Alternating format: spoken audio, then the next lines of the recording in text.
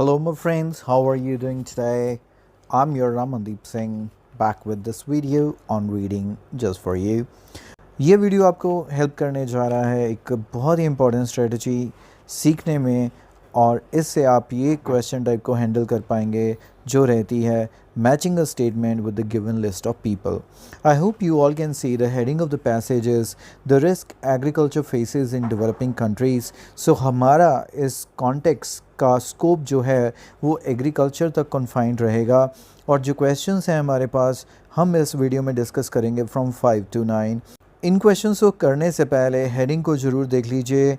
यहाँ पर लिखा हुआ है you may use any letter more than once. That means कोई एक राइटर, चाहे ऑलरेडी हमारे पास 7 राइटर्स के नेम हैं, क्वेश्चन हमारे पास ओनली 6 हैं, बट फिर भी इनमें से कोई ना कोई डेफिनेटली रिपीट होगा. अगर आप किसी एक राइटर के नाम को रिपीट नहीं करोगे दैट मीन्स एक तो आपने डेफिनेटली गलत कर दिया. So you have to be very cautious about the instruction.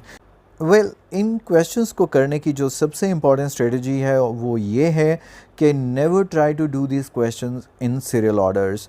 आपको सबसे पहले जिस भी राइटर का नाम आए वो देखना है पैराग्राफ में, जहाँ पर उसका नेम मिले उसने जो बात की है उस बात के साथ हम मैच करने की कोशिश करेंगे. जो हमें 4 to 9 स्टेटमेंट्स दी गई हैं, एक एक करके रेंडमली आप इन क्वेश्चंस को करते रहोगे और जैसे जैसे आप एक एक करके सभी के नामों को कंसिडर करते रहोगे आपके क्वेश्चंस कंप्लीट हो जाएंगे 4 to 9. दूसरी बात, करने से पहले एक बार क्विकली सभी स्टेटमेंट्स को रीड कर लेते हैं ताकि आपको रियलाइज़ हो जाए कि ऐसी कोई स्टेटमेंट आपने ऑलरेडी पढ़ रखी है. आइए फटाफट से देखते हैं इन स्टेटमेंट्स का मीनिंग क्या है. Question number 4. Financial assistance from the government does not always go to the farmer who most need it. So, मतलब जो गवर्नमेंट फाइनेंशियल असिस्टेंस देती है, गवर्नमेंट फार्मर्स को पैसा देती है, लेकिन हमेशा वो फार्मर्स तक नहीं पहुंच पाता. इंडिया में तो ऐसा बहुत होता है. Farmers can benefit from collaborating as a group. That means अगर वो आपस में सभी जुड़ जाएं तो उनको बेनिफिट होगा. Collaborating is a very strong की word. Financial assistance from the government can improve the standard of living of farmers. That means अगर गवर्नमेंट उनको सपोर्ट करे फाइनेंशियली तो उनका स्टैंडर्ड ऑफ लिविंग इम्प्रूव हो सकता है. Farmers may be helped if there is financial input by the same individual who buy from them. Customers की बात हो रही है. अगर कस्टमर्स जो उनसे ख़रीदते हैं तो उन्हीं से अगर उनको फाइनेंशियल इनपुट मिल जाए. Government can help to reduce variation in prices. I hope you understand what is variation. Variation mean काफ़ी changes और इसको reduce कर सकती है government. And finally, improvement to infrastructure can help a major impact on risk for farmers. So we are talking about infrastructure. For example, मैं बात करूँ India की, हमारे पास फूड बहुत प्रोड्यूस होता है लेकिन उसको संभालने के लिए गोदाम ही नहीं है. यहाँ पर अच्छे रोड्स नहीं हैं. ये सारी चीज़ें पार्ट बन जाती है इंफ्रास्ट्रक्चर का. तो आइए देखते हैं सबसे पहले हमें कौन से राइटर का नाम मिला और उसके साथ कौन सी स्टेटमेंट को हम एसोसिएट कर पाएंगे. तो डी पैराग्राफ अगर आप देखें तो यहाँ पे सबसे पहला नाम आ रहा है कनायो एफ नवाजे एंड प्रेसिडेंट हैं ये. यहीं से हमारी एक स्टेटमेंट आंसर बनेगी अगर कुछ इस बंदे ने कहा है argue that government can significantly reduce risks for farmers by providing basic services like road to get produce more efficiently to markets or water and food storage facilities to reduce losses. तो अभी मैंने यही बात की थी, storage की, पानी की बात आ गई, रोड्स की बात आ गई, ये सारी चीज़ें हमारी बनती हैं इंफ्रास्ट्रक्चर का पार्ट और हम लगा देंगे आंसर 9th का ए.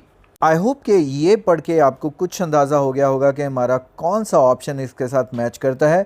मेरे बताने से पहले अपना अपना आंसर लगा लीजिए और इस वीडियो के ख़त्म होने के बाद मुझे आप ज़रूर बताइएगा कि आपने 9 में से कितना स्कोर किया. तो इस भाई साहब कनायो के साथ हमारी स्टेटमेंट मैच होती है 9th, क्योंकि इसी में हमने बात की थी इंफ्रास्ट्रक्चर की और उधर हमें रोड, वाटर, स्टोरेज फैसिलिटी ये सारी चीज़ें मिली हैं. तो 9th का आंसर जाएगा A. Let's see the name of the next person. Sophia Murphy. Senior adviser, तो यहाँ पर आ गया वर्ड सजेस्टेड दैट। सो उससे पहले कुछ पढ़ने का मतलब नहीं होता कि ये कौन है, कहाँ से है, हमें क्या लेना देना। Suggested that the procurement and holding of stock by government can also help mitigate. Mitigate एक काफ़ी इंपॉर्टेंट वर्ड रहता है। मिटिगेट का मतलब होता है कम होना, रिड्यूस करना। Wild swings in food price by alleviating. Alleviating भी एक अच्छा वर्ड है याद रखने के लिए, इसका मतलब भी रिड्यूस रहता है। Uncertainties about market supply. I hope एक बार फिर से आपने कुछ मैच करने की कोशिश की होगी और यहाँ पर हमारा ऑप्शन मैच करता है एट्थ। एट्थ का आंसर बनेगा बी, बिकॉज़ यहाँ पर रिड्यूस करने की बात की है और यहाँ पर लिखा है वाइल्ड स्विंग्स। स्विंग जैसे आप छोटे बच्चे स्विंग्स पर बैठते हैं और बहुत तेज़ चलाने की कोशिश करते हैं, वहीं से ये सेंस जुड़ती है। वेरिएशन के साथ उसमें भी बहुत ज़्यादा उतराव, बहुत ज़्यादा चढ़ाव, तो यहीं से हमारा आंसर बन गया एट्थ का बी। आइए नेक्स्ट रीड करते हैं कौन से राइटर का हमारे पास नेम आया है। ई पैराग्राफ की फर्स्ट स्टेटमेंट है शगम फैन और ये कहते हैं held up social safety nets and public welfare programs in Ethiopia as valuable way to address poverty among farming families and reduce their vulnerability to agricultural shocks. Well, इससे आपको फिर से काफ़ी सारे अच्छे कीवर्ड्स मिल गए होंगे जिसके साथ आप कोई ना कोई स्टेटमेंट रिलेट कर पाओगे। यहाँ पर उनकी पॉवर्टी की बात हुई है, फार्मिंग फैमिलीज़ की, reduce their vulnerability to agricultural shocks की बात हुई है, वेलफेयर प्रोग्राम्स की बात हुई है एंड सी हमारा जाएगा सिक्स्थ ऑप्शन के साथ, that is about improving the standard of living for farmers. Moving on to next person और हमारे पास अभी नाम आया है रुकैया कबीर। रुकैया कबीर बांग्लादेश से हैं, नारी प्रगति संघ। वाह। Commented in her essay that these have not compensated for the stranglehold exercised by private traders. In fact, study shows that 60% of beneficiaries of subsidies are not poor but rich landowners and non-farmer traders. So, this is something very straightforward. She said that 60% of the beneficiaries, those get benefit and they are not poor. They are rich landlord. That means जो government support दे रही है वो सही लोगों तक नहीं पहुंचती। सो fourth goes with D. हमारे पास नवाज़े वर्फ़ी एंड वॉन्जे मर्फ़ी फ़ैन, ये नाम फिर से दोबारा से आए हैं क्योंकि उन्होंने कहा भी था कि एक रिपीट होगा। तो लेट्स सी कि हमारे पास ऐसा कुछ है यहाँ पे पढ़ने के लिए या नहीं।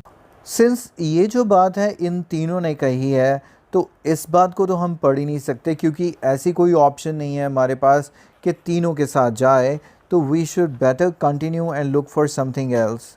सो अगर एफ पैराग्राफ में देखें तो मर्फ़ी का नेम आया है, एक बार देखते हैं कि इसके साथ हमारी कोई स्टेटमेंट जुड़ती है या नहीं। Murphy noted that when future market become excessively financialised they can contribute to short-term price volatility, which increases farmers' food insecurity. Many participants and commentators emphasize that greater transparency in market is needed to mitigate the impact of volatility. ये जो बात कर रहे हैं इसके साथ हमारी कोई ऑप्शन मैच नहीं हो रही है because it's about the prices changing volatility आपको थोड़ा सा पता होना चाहिए।